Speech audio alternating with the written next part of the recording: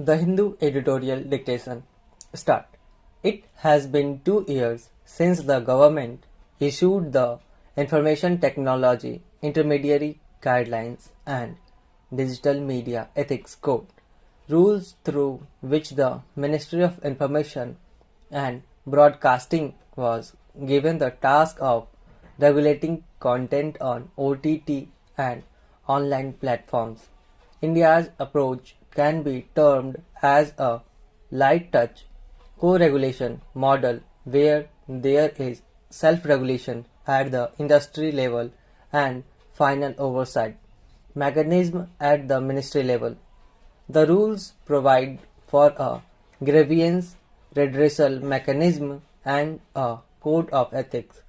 They mandate access control mechanism including parental locks for content classified as UA 13+ or higher and a reliable age verification mechanism for programmers classified as A 18+.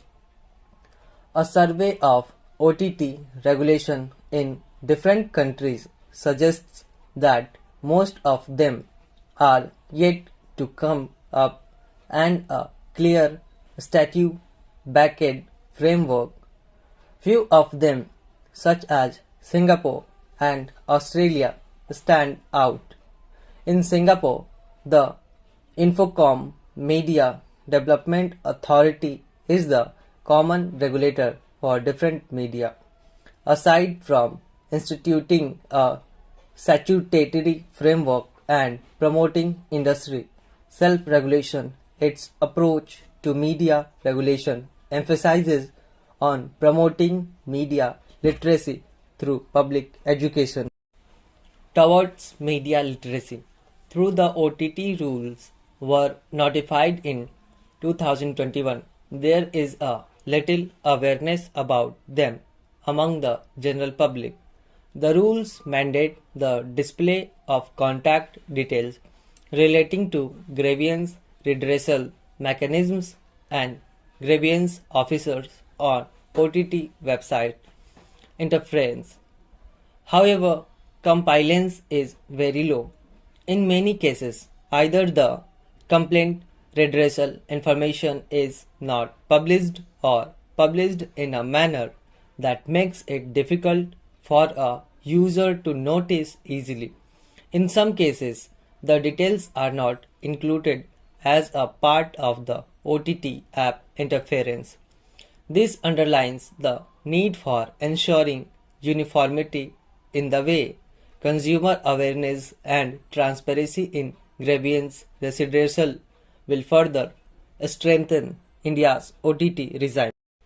OTT publishers display key information relating to their obligations, timelines for complaint redressal, contact details of grievance officers, etc. The manner, text, language, and frequency for display of vital information could be the rules. The OTT industry associations could be mandated the run periodic campaigns in print and electronic media about the grievance redressal mechanisms. The interpretation of age rating UA 13+, for example, and the content descriptors violence, for instance, could be in the respective languages of the video. Apart from English, such provisions are embedded in law for display of anti-tobacco messages in films. Further, age ratings and content descriptors could be shown prominently in full screen mode for a mandatory minimum duration instead of a few seconds on screen.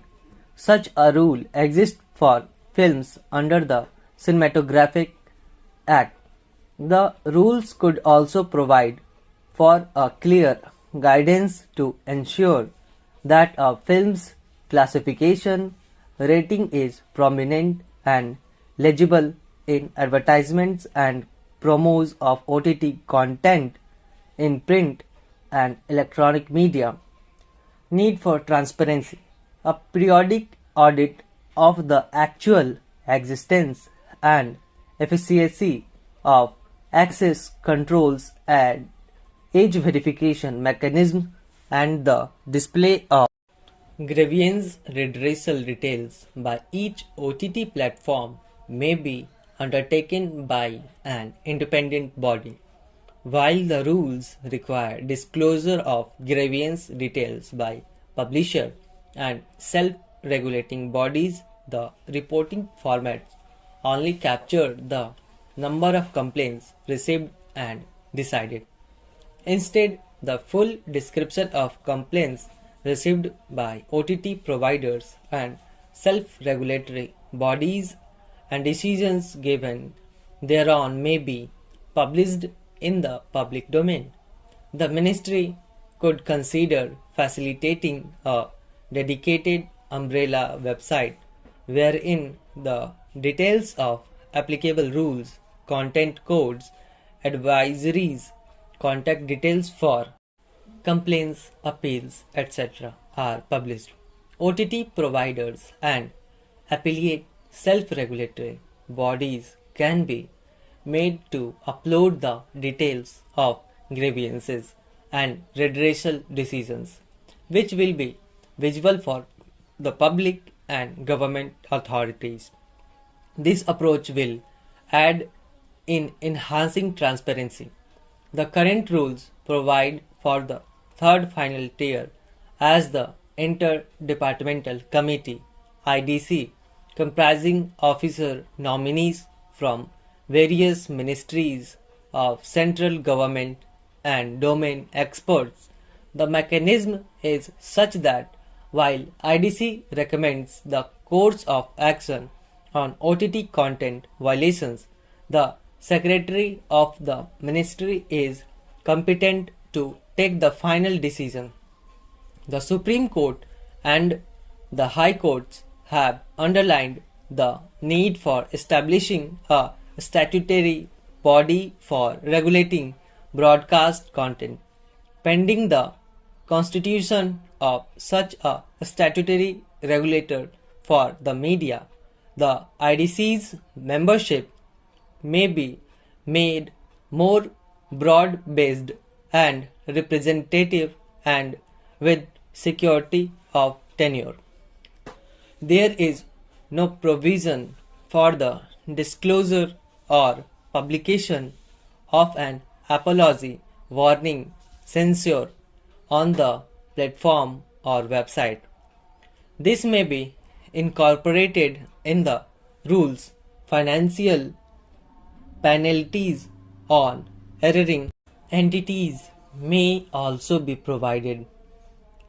In the present era of media convergence, it is high time we evolve a common set of guidelines for content classification, age, ratings, violations, etc., so that content across platforms is governed uniformly. India's OTT regulatory model seeks to be an efficacious combination of self-regulation and legal backing. This is in line with the globe trend. The INB Ministry envisaged the India's OTT regulations would raise India's stature at the international level and serve as a model for other nations to emulate. The above incentives towards enhancing media literacy and transparency will help in furthering this objective, realize the efficiency of self-regulation, the empower millions of OTT consumers. That's all.